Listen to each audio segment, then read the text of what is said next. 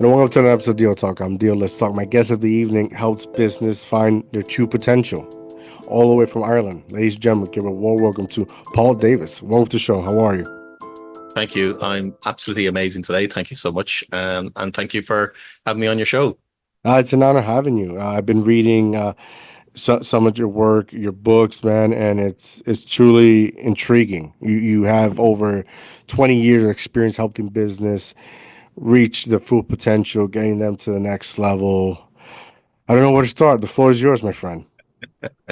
Yeah, I suppose I'm a bit unusual in some respects. Well, obviously, you gave me the introduction in terms of people will hear that I'm not from America. I'm from Ireland. So I developed my own business 20 odd years ago in 2001, and that was primarily aimed at helping business owners to build their business and to grow and scale. Um, but I approach it from a very, very holistic approach.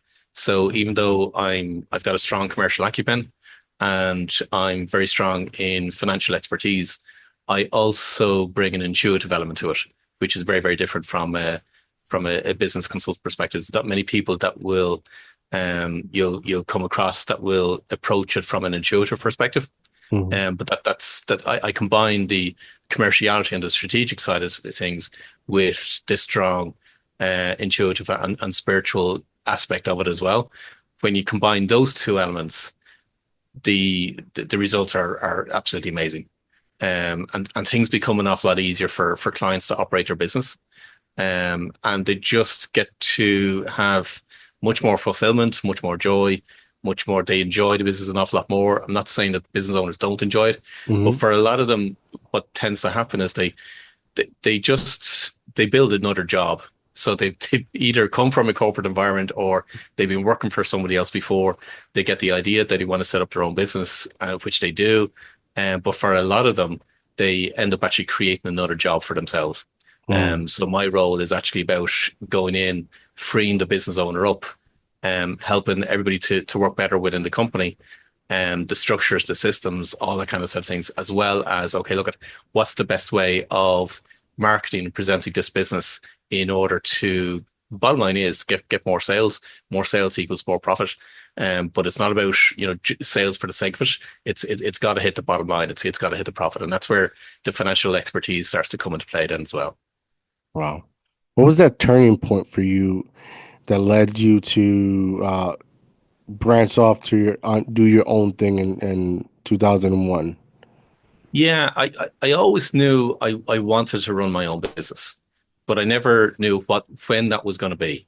So I purposely went into every single industry sector. So I started off with investment brokers. I moved into high tech manufacturing. I went from there into low tech manufacturing and then also construction.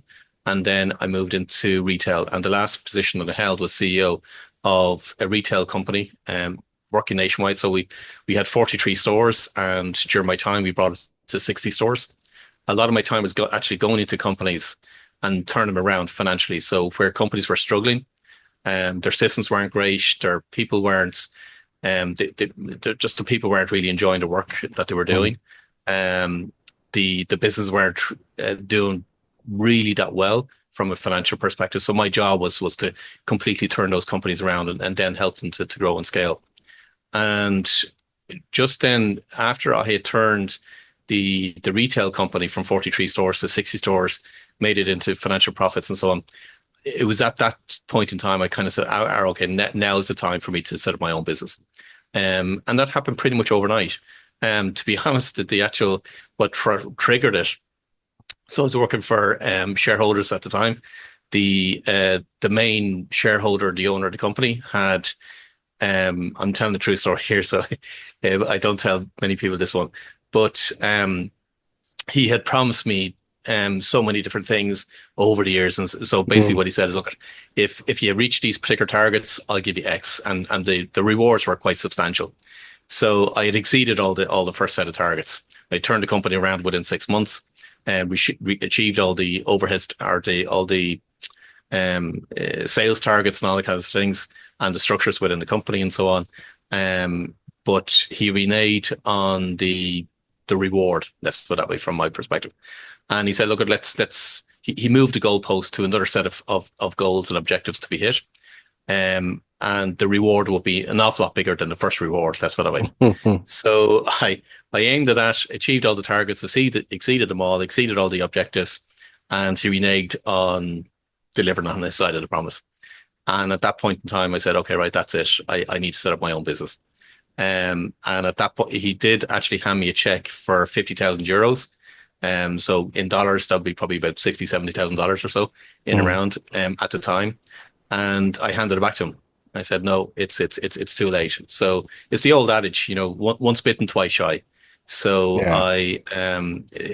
I had exceeded all my targets. I had proven to myself that I can do it. So I wanted to put the effort into my own business and where I could actually generate my own rewards as opposed to trying to make the successes for other people. And even though indirectly I'm doing that for clients, but I absolutely love what I do in terms of I can see the success that they're having. I can see the achievements that they're having. And that's a reward in itself, but I also get handsomely paid for it as well. And that's my reward as well. I'm into that, man. I'm happy you did that leap of faith. Not a lot of people do it, Yeah. Um, when you go into these business, doesn't matter what industry, like, is there something common that why a reason or why they're not profiting as they should? Is it something common, or each business has something different? Yeah, you see the common things coming through, to be quite honest, because I've dealt with so many companies now at this stage. Um, there's a point in a business owner whereby they set up a business and some of them stay at the solopreneur level, whereby they're just working for themselves. They might have a virtual team. They may not have a full-time employment team. Hmm. So they'll have a virtual team whereby, virtual assistants or different people doing freelancers type work. And that's how they run their business. And that's absolutely fine. Then you've got another set of business owners whereby they'll set up the business and they start employing people. And the people tend to be around the operational level or the administration level. So they're just employing the bodies, for one better word, to do the job. But they're still very much on the tools. They're still very active within the business. So they're not really building a business. Hence the reason why I'm kind of saying they kind of create another job for themselves as opposed to creating a business. So they end up not putting in the systems, the procedures, the processes. They tend not to get people to take over a lot of the decision making that takes on within the business, the day-to-day decision making. So for one better word, they're not building a management team within the company. Hmm. And they get to in around between 12 staff and 15 staff. And now they're working pretty much every single day of their life. So 7 days a week, long hours every single day. And they're doing absolutely everything between looking after the finances, emptying the bins, buying the toilet roll, you name it, right across the board. They're doing absolutely, they're selling, they're operating, everything. And now they get to a point whereby they're stressed, they're overwhelmed, they're overworked. They have very, very little time for themselves, let alone their family, if they have a family. And things start to creak. And I call it growing pains, whereby the business starts to show cracks. And that's where, either the customers or clients start to complain, or they, if they're involved in products, deliveries start to go astray, or there's problems with the deliveries. It always shows up in multiple ways. Staff get to be a little bit disgruntled, and they just can't get the decisions from the business owner when they need them. So things start to fall down, and at that point, that's when they start looking out for help. Which, in some respects, it's kind of a little bit late, but Yeah. it can still be done. Yeah. But that's where they're really what they're doing is they're not a lot of them don't know how to manage the finances, and that's where my financial expertise comes into play. And what I mean by that is they manage the business through the bank statement or through their bank account, through their checking account. So they're looking at the bank balance and say, yeah, I've got enough money in the bank. But they're forgetting about the fact of they've got to pay taxes or they've got to pay whatever it might be that's further on down the road. Yeah. And they could actually be making losses, but what they'll see is that the balance in their bank account is starting to reduce month on month, and they don't know why. So all they do is they start to sell more, but they could actually be selling at a loss. And I see that so often. They don't know what services are profitable. They don't know what products are profitable. So they literally just, it starts to cause so many different issues within the company. And then eventually either if they do get help, great, they can be recovered. But otherwise they'll actually just end up going to the wall. So it's basically like they'll be living at paycheck to paycheck for a business. Yeah. Yeah. Wow. Pretty much so. So I'm Yeah. guessing the not able to having a structure or managerial experience, it's a long run is affecting them to lose major Yeah. in Yeah. finances. Yeah. And what they end up doing is so they end up not being able to pay bills. So their suppliers are constantly chasing them looking for money. And they're now run ragged. They're overwhelmed and they're stressed because they're trying to find the money in order to pay suppliers and Mhm. so on. Some of them don't have the proper structure to collect the money from their own customers. So cash flow is always, always, always a problem. And what they tend to do to try and fix it is get more sales, but they could actually be digging a bigger hole for themselves. Yeah. Because more sales is more work that needs to be done for the team and themselves. It's not really solving the problem. The problem can be turned around very, very quickly. Like my average is 6 months in turning the company around from that's making losses into profits. Most other consultants can take anything from 12 to 18 months. That's typically. But my success rate, I have a 100% success rate in turning every company I've worked around, that I've worked with, have turned around. And that average has been 6 months. Because again, I'm approaching it from all different angles. I'm not just saying I'm not saying all, but there are consultants that will go in and they just cut the overheads, cut the staff, all the kind of thing, as in staff numbers. But that's not really solving the problem. Mhm. The staff actually have an awful lot more information to help the company than in some cases the business owner themselves. Because the staff see it every single day. So they see the problems, they see the cracks that are showing up. And once you get them on board to help transform the business, you have them for life because they want to be involved in that process in order to transform it. Wow. In your 20 plus years expertise, how like is it more important quality rather than quantity or quantity rather than quality?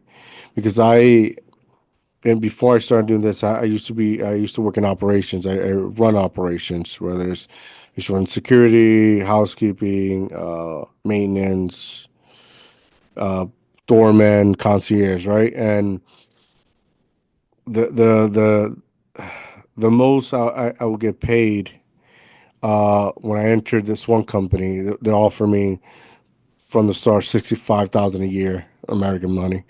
Yep. And but what I noticed is that they were focused on they want to get bigger and bigger and bigger, but the quality of work it wasn't representing what their name. They provided a white glove service, but it wasn't representing it. And Yeah. when I go to the site, from the uniform wise to the customer service, wasn't adequate.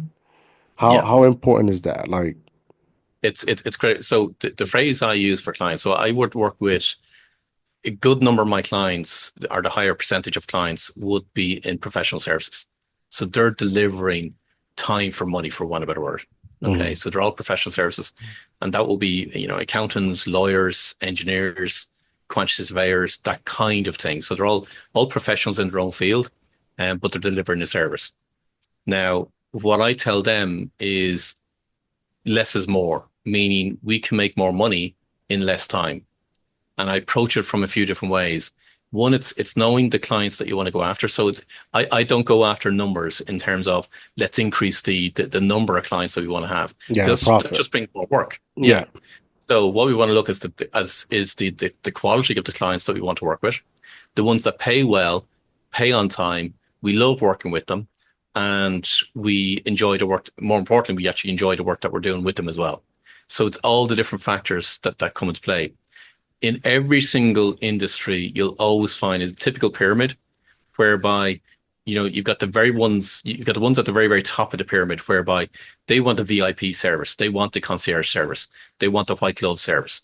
but they'll absolutely pay for it. But there's very few of them in the overall population of it of the business.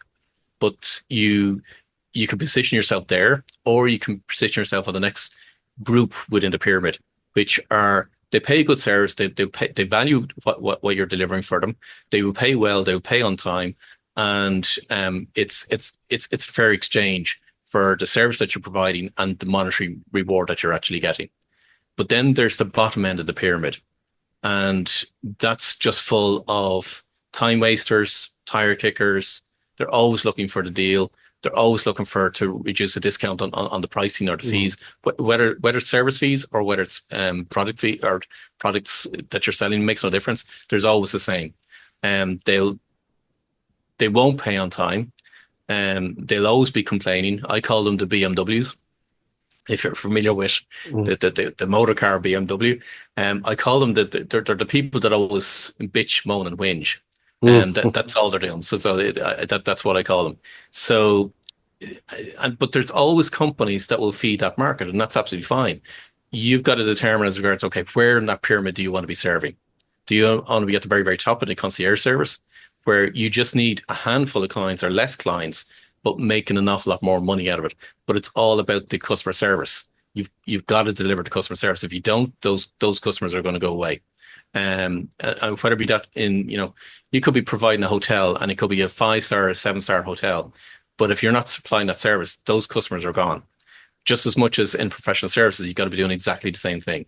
Or you would, I would never advise my clients to go down to the lower level, the bottom of the pyramid. I just wouldn't, because it's just not it's not worth the time or the waste or the money that you would spend in trying to reach the masses. You've at a minimum you've got to go with the middle part of the pyramid. I agree. I agree. I have so much experience in like when it came to hiring and managing the budget for certain accounts, and we're like, if this account, if we're making a lot of money from this account, and Yeah, this is they want it to be prestige, right? And now they say they want you to hire somebody for 25 an hour, but yeah, yet they'll hire somebody for 15, which is now I think the minimum wage in the United States. Like, you're paying for a certain quality as well, yeah, yeah. and Uh, those It, it, fact, yeah, yeah, it cuts both ways, honestly, because you pay for what you get. yeah. If you're going to pay peanuts, you're going to get monkeys. It's as simple as Mm, that. So you pay for what you get. Now you can pay low dollars or an hourly rate, but you will get you won't get the same value from those individuals as you will by paying a little bit more. Now, but also I've come across whereby you'll get staff, especially at higher level staff, you get staff coming in and you're paying them really, really top dollar because that's what the market demands. mhm, But their the level of acumen that they have or the value that they can bring to the company does not warrant the wage that they demand. So they're the ones that are actually best to be moved on sooner rather than later, because they're costing you a huge amount of money and you're not getting the value, you're not getting the return. Business owners are actually reluctant. They're slow to fire people. Here in Ireland, they are. In the United States, it's a completely different mechanism. So in Ireland, we've got a lot of rules around um, staff and letting go of staff. mhm, mhm. American companies are very, very different. They can remove staff very, very quickly. We can't here in Ireland. But even at that, it's about making a decision of, is this person going to be a right fit for the company? Are they going to deliver value? And every single individual has to deliver value within the company. You've got to look at it from a business perspective. Yes, absolutely. You can look after your team. The more you look after your team in terms of making sure they they get what they need within the business environment, and you support them to achieve their objectives and their personal goals as much as the business objectives and business goals. Now you've got a well aligned team with the business itself. Got it. Now, is somebody who's trying to reach you, like, what service do you offer? Yeah. So there's a few. I suppose. Okay. So let me explain that in a few different ways. Some people reach out to me through my website and they read my books Yeah. or they do my online courses. And that's what it gives them the answers that they need, because they're trying to find, okay, do you want to find direction in their life? They want to find what's their, so, okay, so one of my books, for example, is more how to get more clients, more fees, more time. They read a book and they get everything that they need from the book. Or they want to find out what their purpose is, and therefore they do my online course, or one of my books, Genius Unlocked. And that's sufficient for them, because they've gotten the answer, they've gotten the result that they were looking for. Others want, there will be either solopreneurs or smaller size companies, whereby I'll work with the business owner, and they want that sounding board. They want that mentor. They want that coach to help them and advise them as regards what the best thing is to do with their business. Now, because I approach it from, I've got a strong commercial acumen, I've got a strong financial expertise, but I'm also looking at every single area within the business itself, not just looking at one particular aspect. But also I'm bringing the intuitive side now, and also I'm looking at the business, but I'm also looking at the individual within the business, as in the business owner. Now that's a complete holistic approach to the business and the individuals within the business. So I'm mentoring them in every single aspect of not just their business life, but in a lot of cases, their personal life as well, because some of the challenges that they face within the business, they will also face in their personal life. So I approach them from that perspective. And so I work with business owners right around the world, not just in Ireland, they're right around the world. We got America, we've got Canada, we've got Australia, the UK, Ireland, and a few in European countries. So, and that's what I love. And then there's the consulting clients, and they want a little bit more involvement of me with their company. So they want me working with their senior management team, or developing their senior. They may not even have a senior management team. I'm helping them to recruit and develop the senior management team, and free the business owner up, because the business owner should only have one task to do within the business, and that's to develop and grow it. That's it, nothing else. All the other day-to-day stuff, the operations side, the business decisions that need to be made, that should be the senior management team, because otherwise the business owner can't go off for 2 weeks vacation and know that the business is going to be okay when they get back, if they don't develop those systems and the senior management team on board. So that's where the business consultancy side of things comes into play. So I kind of deal with all different size of companies, but all different ways of how I can help companies, whether it be on my books or my online, whether it be on a one-to-one virtually, or whether it be more hands-on through consultancy side of things. And that's what I love. A vast majority of my clients just tend to be in professional services, because I have a huge track record in professional services. Because again, I go back to the old adage of less is more, whereby we can generate more profit in less time. So how do we do that? We increase our fee rates. We look after the kind of clients that we want to go after, and so on. So we get very, very focused, and it's more about the value that we're delivering, as opposed to, well, an hourly rate or a daily rate. I don't work on an hourly or daily rate, because now the focus is how many hours can I charge, as opposed to what's the results that need to be delivered for the client. Yeah. Now, is it solely you, or have you built enough in the 20 plus years to create a team? Because, like you said, some of these accounts or some of these clients want you to be hands on, which is Yeah. important for the growth of their company. So, is it you, or do you have a team that is Yeah. dedicated?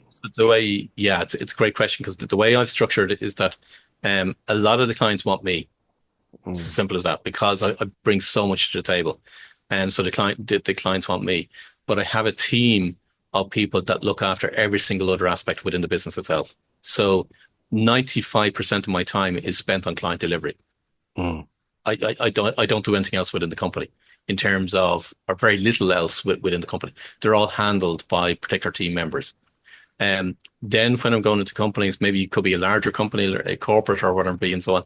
Now I've built up a network of people that I can bring into that company to cover specific aspects relating to the project that needs to be done for that company. So they'll go in, they're like brain surgeons, for want of a better word.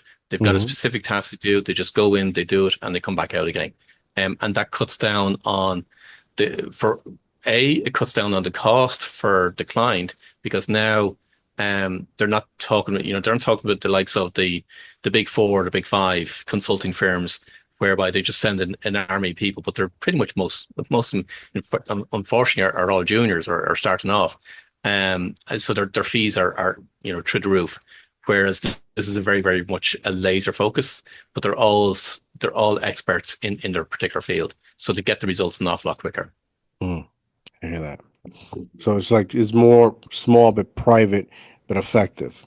Absolutely. Yeah. Yeah. Absolutely. Yeah. Now in this world, and where I'm not sure in Ireland, but here, you know, everyone has become a social media or is trying to create a social media business and media and whatnot. Yeah. Is have you dealt with companies like that? Is there a difference working with professional companies that you work with from the stock market and all that to media? I've worked with media companies. I've worked with publishers. I've worked with creative companies. Um, and what I would say is not one size fits all. Mm, Absolutely.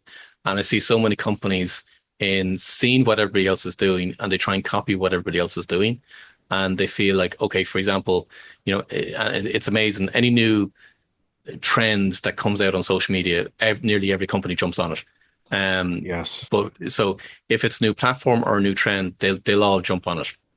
I'm not on social media. I'm only on LinkedIn, but I still don't. Now, you could say LinkedIn is a social media platform, yes, but it's B2B and it's also tends to be a little bit more professional, although yeah, Yeah. you could get some Yeah. feeds that are a little bit more social. But it serves a different purpose. You're not Completely different you're purpose. not Yeah, trying to be an influencer. You're trying to build a exactly. Yeah. business. Yeah. But what you find is you'll get a lot of businesses that feel or think that they've got to be on every single social media channel. So they're on Facebook, they're on Instagram, they're on TikTok, they're on all the different channels and so on. But all they're doing is wasting a huge amount of time, a huge amount of money and effort. They're distracting themselves away from the business itself. Whereas actually, you've got to find out where your customers are at. If people are on social media, most of them are B2C. So they're buying consumer goods as opposed to professional services or Mm. business B2B. So you've got to define, okay, so what's the social media channel that will actually suit your target customers? Be there, but you got to find out, well, are they there to buy or are they there to just scroll? Yeah. Yeah. So if they're not there to buy, well then don't try and influence them to buy. And yet, can you sell things on social media? You can absolutely can. But I've seen the budgets that influencers as well as other businesses put behind social media. And if you've got, five figures to spend every single month, well, then fine, go ahead. But there's an awful lot more better ways of actually making money, to be quite honest, as opposed to wasting, I'm not saying wasting, but spending a huge amount of budgets and time in social media. I, what I'd say is the vast majority of professional services, I'm saying the vast majority because it just depends on the service, actually don't need to be on social media. Now that's a big statement. Yeah, I agree. You know, doing this, I'm going on 5 years in January, and doing this, I share the same sentiment as you, because you have all these, all these platforms you need to post a certain time, create this, jump on that bandwagon of what's trending. And yet I've been solely focused just on my YouTube, which, thankfully 10K and continue to grow, Yeah, right? Focus yeah, on one thing. But yeah, also what's there's so much there's I can't remember the word. There's so much of people doing the same thing. yeah, exactly, exactly. How do Yeah. you how do you know what's valuable or not? You've gotta okay, what I'd say is you gotta feel what's right for you. Mm, Um so if it doesn't feel right, it's not gonna work. mm, And I'm going to explain that a little bit deeper in a minute. If it doesn't feel right, it's not going to work. If it's going to feel like work, you're less likely to do it. So therefore, you'll do less of it and you're not going to get the results that you need. Do what you absolutely love to do. And what you'll find is that you'll do an awful lot more of that and you'll enjoy it an awful lot more. And therefore, you'll get the results from doing it. For example, I've got one client and all I've asked him to do was to have coffees. That's all I've asked him to do. It's a joke. It's kind of we use that as a term between mm-hmm, ourselves. And what I mean by that is All he needs to do is meet people. That's all he needs to do. Because once he meets somebody and has a cup of coffee, he can get so much business out of that and spend less time on social media. Don't even be on Instagram. Don't even be on TikTok. Yes. Don't do any of that whatsoever. Yes. I And speak he, to, I don't mean to interrupt, but you're speaking so much value of truth because there's so many entrepreneurs I speak to, have over 200 something episodes, right? yeah, And, they'll say doing that, it's old school, but it's effective than yeah, you trying to, social media, like, it's only for the social media companies that are making money because it's advertisement, online yeah, advertising. It continues. yeah. You're not really growing there. You're No, and spending it's money, third date. yeah, and it's Yeah, not consistent. Trends. If your business focuses on building what's trending, is only momentarily. You're yeah, not gonna last long. So I always go to them like, what's your service? yeah, yeah, Which is that's profit. You're trying to sell something. If you can help somebody and make money, that's your business. yeah. So I use the analogy of so let me start off this way. Um, if you've ever been on safari, the animals always congregate in one place, Hmm. which is the watering hole. Yes. All you've got to identify is who are the target clients that you want to go after, which are the sweet spot clients that you want to go after. So go back to the pyramid. What are the kind of clients that you want to go after? What's the service that you're providing? And therefore, where do they naturally congregate? So this is going back down into a niche, or I know Hmm. the Americans pronounce it different. In Harvey, we pronounce it a niche. Now I've lost it. A niche. A niche. Yeah. So what I'm saying is, once you've identified what your niche is, you now identify, okay, so what's the watering hole that's attached in that particular, where did they naturally congregate? And you've got to position yourself there. If you're positioned on social media, you're talking to the whole world. You're not talking to a particular niche. So you've got to identify where who it is that you want to be talking to, and just go to where they naturally congregate, and then be there. Position yourself there, present yourself there, and give them value. Give them absolute value of what, because now what you're doing is you're demonstrating what it is that you can do, the value that you bring, and now they'll naturally want to a follow you, like you've got 10,000 followers. They want to follow you, they want to get more from you, they want to understand how you do your service and how you do more of, and therefore they'll engage an awful lot more. But they're you'll for less time you'll get an awful lot more reward, is what I'm saying. Mm. Okay. Okay. When you go, is there when you go into these businesses, is there something in particular you look for? Are you able to, after the years of experience, are you able to just, stand in front of, the business or whoever and identify the problem right there and then? Yeah, well, because I'm highly intuitive, I'll pretty much know when I'm into the business. Yeah, I pretty much know very, very quickly. Um, and to get the evidence for the business owner, I'll then meet with a cross section of the people within the company to, for one better word, to substantiate what my intuitive sense is with the business itself. And now I'm presenting the data, which is backed up then by my intuitive side is backed up with data.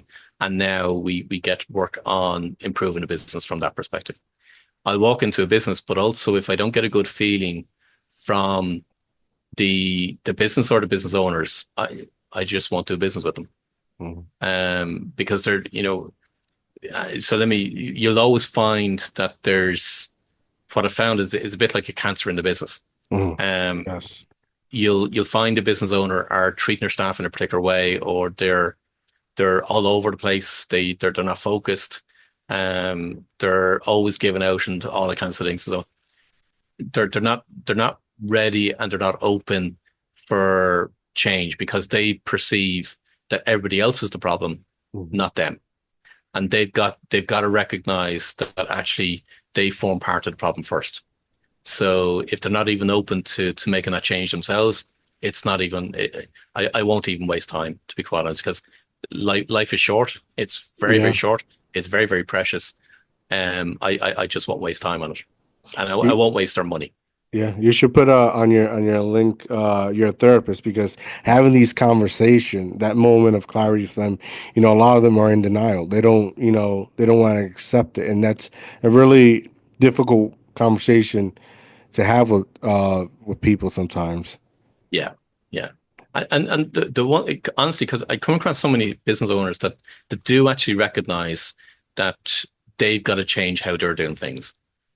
So they've already started the process of they're open to change. Um, Whereas immediately you'll see the business owner saying, "Oh, Johnny isn't doing his job, or Mary is always turning up late, or going to be." They're always giving out about something else, as opposed to, well, actually, the reason why Mary's turning up late is actually down to yourself. Yeah. So they tend not to point a finger at themselves, and until such times they realize that they're part of the solution, um, it's very difficult. Wow. How let's talk about your books real quick. I know you have two bestsellers. Um, how did you get all that? How would you able to write all that information, that process, that experience? Because if you're mentioning you just read the book and have all the answers, you really had to tediously and detail structure in a way that is here. Just read this, and you have all your answers. It's funny because I think I said it in my first book. First book is called Evolve, and I brought that out in 2012, and it was just like the response from people was amazing. And but I think I said it in the first book, whereby I always hated reading books, and you get to the end of the book and you've read, say 300 pages in the book, and the amount of value or nuggets that you get from the book could have been written into 2 pages. Yeah. It really annoys me. So I've purposely structured the books in such a way that I've distilled it to give as much information as is needed, but no more, because then it's just you're just building content just for the sake of building content, but it's not adding any more value to the actual book itself. So if I'm giving a talk, like a keynote talk, or I'm giving a workshop or whatever, I need to know that the people leaving that workshop have gotten value from it. They've gotten techniques or tools or strategies that they can implement pretty much immediately in every single thing that I do. So it was then an awful lot easier to write the books, to be quite honest with you, because nearly all the books were written on the back of me delivering my service for so many years. So I started in 2001. My first book, Evolve, was published in 2012. So that was on the backdrop of pretty much all the work that I've been doing It's anyway. 10 years of But experience, yeah, and effective experience. yeah, and it took quite a number of years to actually write that particular book. The next book that I wrote was, I call it More, which is how to get more clients, more fees, more time. That, believe it or not, was written in 3 months, because I had delivered so many workshops on that specific subject matter that all I did was I took my content from the workshops that I've been delivering, and now it was so easy to write a book, and that was written in 3 months and published. The next book was a collaboration with 61 or 62 other authors around the world, and that was all about. And we were only asked one question, so it was a collaborative approach, and we were asked one question. That was, if we were to give advice to our grandchildren on how to build a better business, Mm-hmm. have a better life, and build a better world, what would be the advice that you would give your grandchildren? So every single one of us, 63, 64 authors, wrote a chapter answering those three questions. So it's an amazing book, because there's so much insights in that particular book. And that became an international bestseller. And then my most recent book, which is the fourth one, which is called Genius Unlocked, I'd already been working with clients on a one-to-one basis to unearth what their true life purpose is. I then developed that into an online program, recorded videos, bring them through exactly the same process. And that worked phenomenally well internationally. And then I took the content from there and turned that into a book, and the only focus is to try and reach as many more people as I possibly can through the book. And it's different to, people talk about what your purpose is. They talk about find your why and find your ikigai and discover what you're passionate about and so on. None of those whatsoever has got to do with your purpose. None of it. And they're all wrong anyway. So if you're trying to find your why, it's going to be the wrong why anyway. And to explain that, if you apply your why, because the premise of the find your why is, why do you do what you do? But if what you're doing currently is not what you're supposed to be doing, it's going to be the wrong why. And also, you try and work on the premise of, okay, so why do you do what you do? And you're trying to drill it down in terms of you keep asking that question.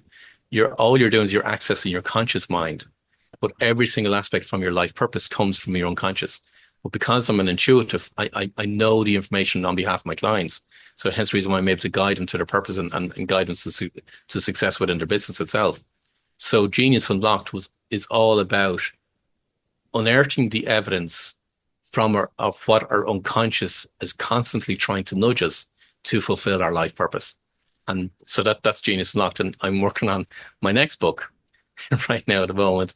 But that next book has been taking quite a while to write, but I'm hoping to get it out by the end of this year. Wow, that's awesome. One last question before we go. So I've been reading this book, Psychology of Money, right? Yep, And I know it.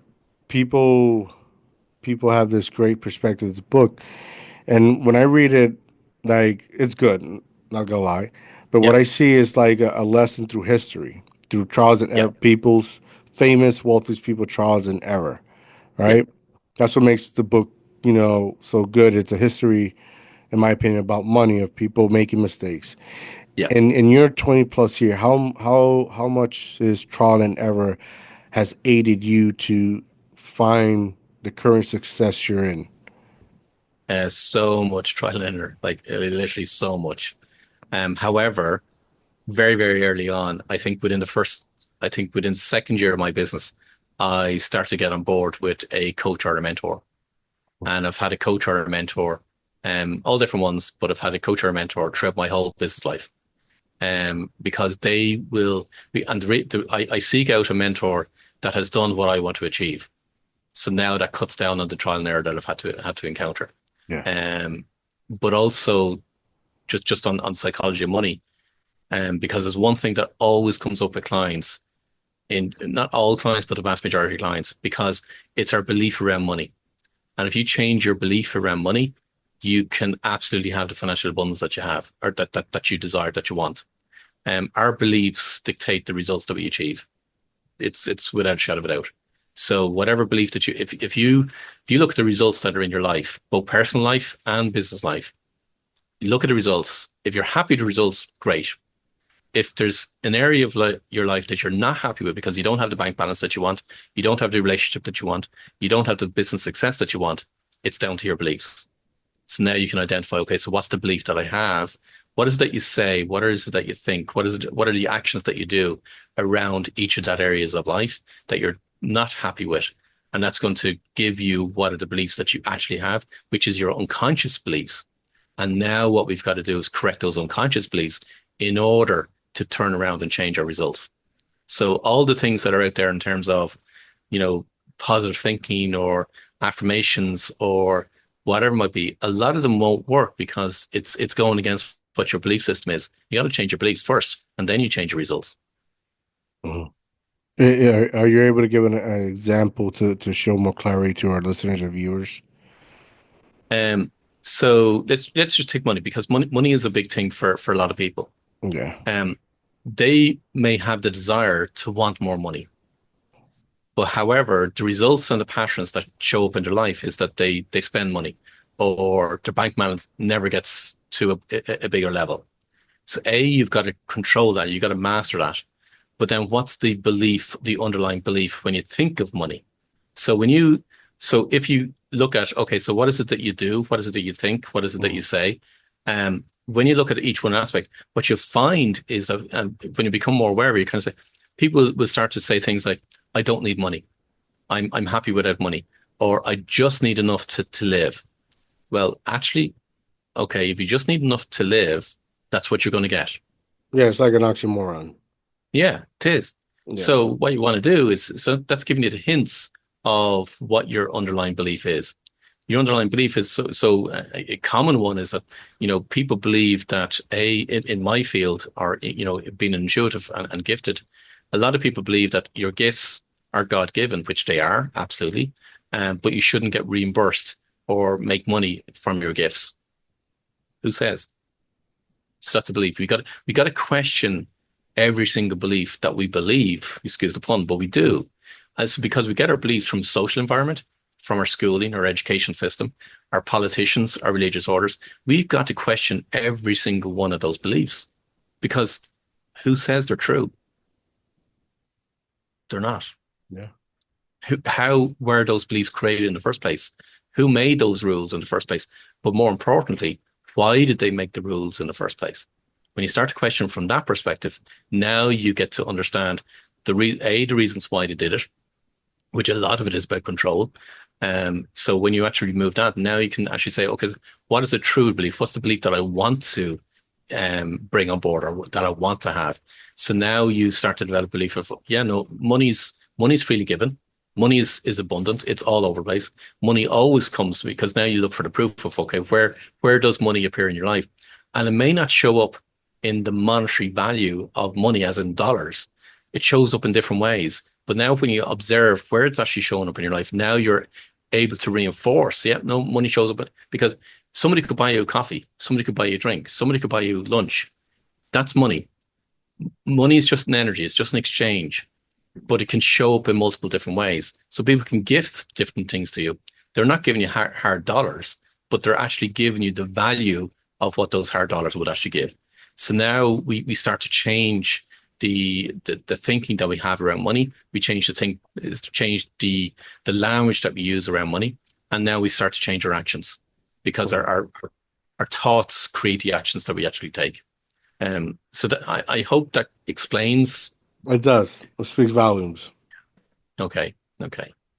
It's Ah, it's it's it's it's a really deep subject, especially money, because it's such it's so charged for not a lot of people.